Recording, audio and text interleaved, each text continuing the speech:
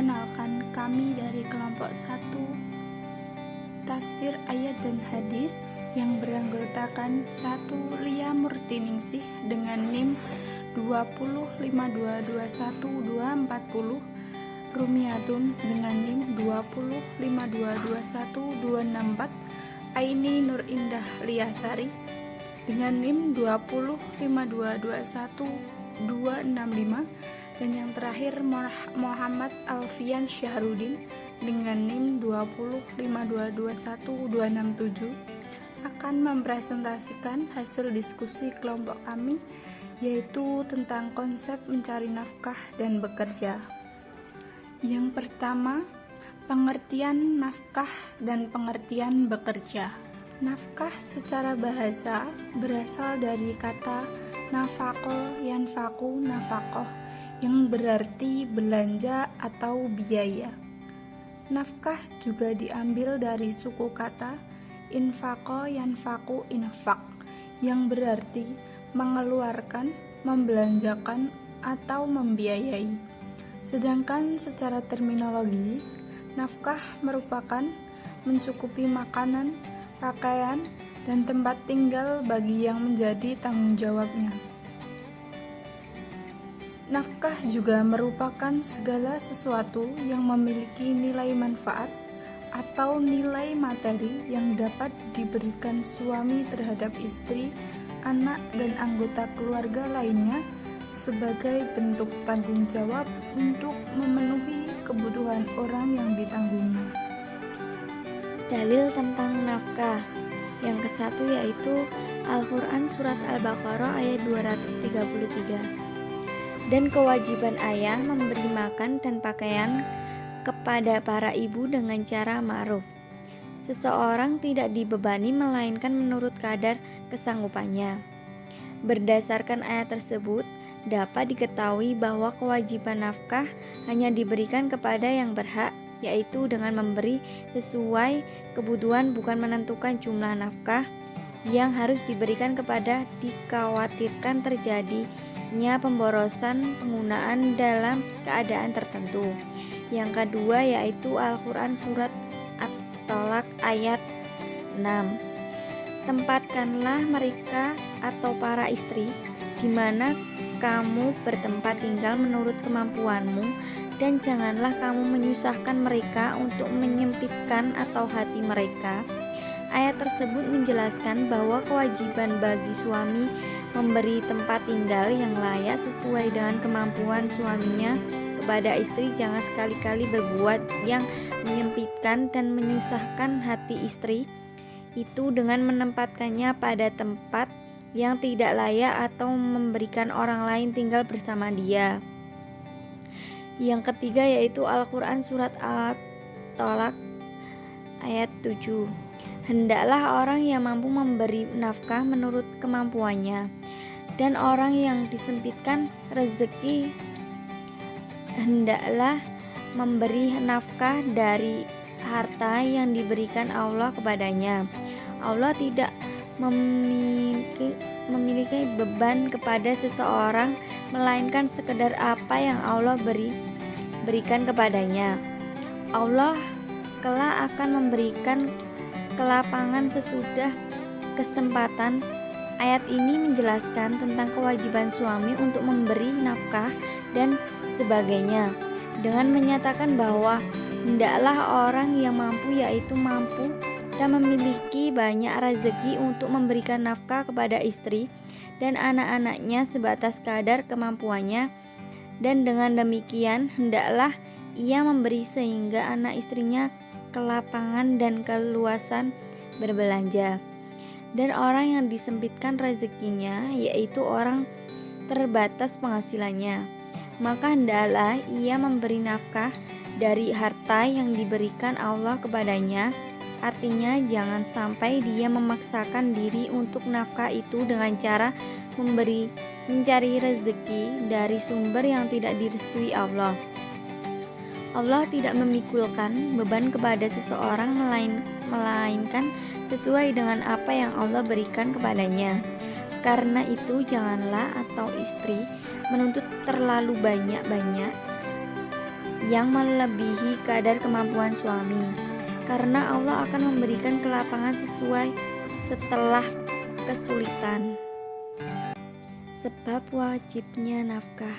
Yang ke-1 yaitu sebab masih ada hubungan kerabat atau keturunan memberikan nafkah kepada karib kerabat merupakan kewajiban bagi seseorang.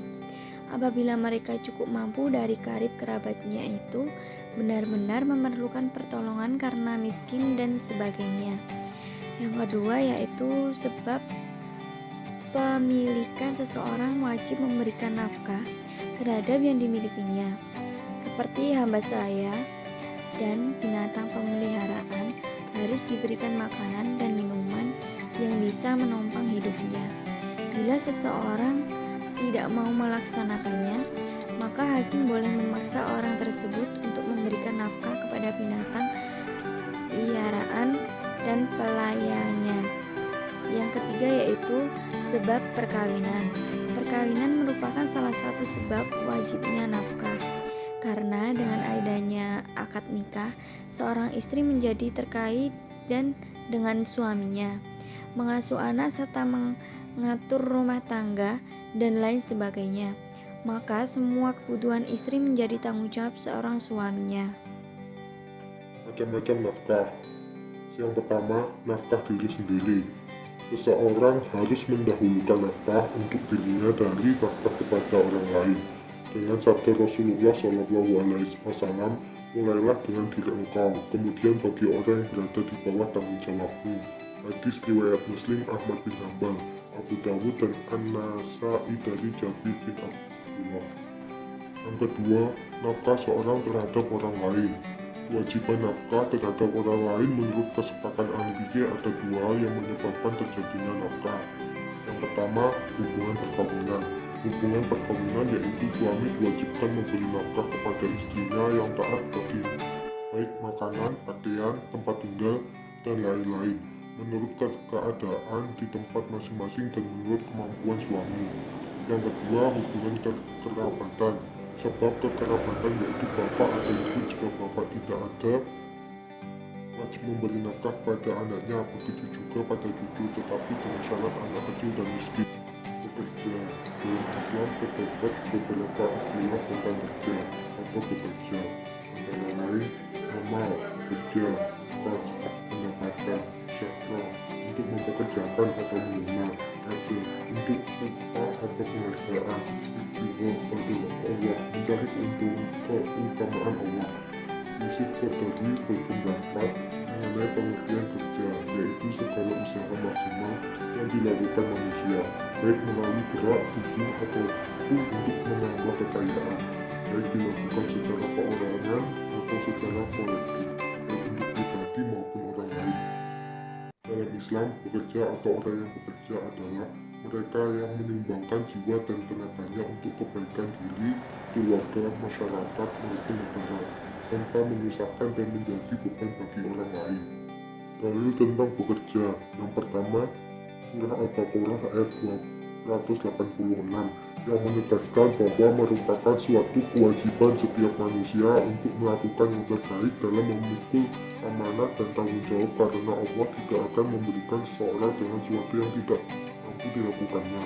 Yang kedua, Surat Al-Mulk ayat 15 menegaskan bahwa Allah memberi berbagai kemudahan hidup dan jalan-jalan mendapatkan rezeki di bumi yang penuh dengan segala nikmat.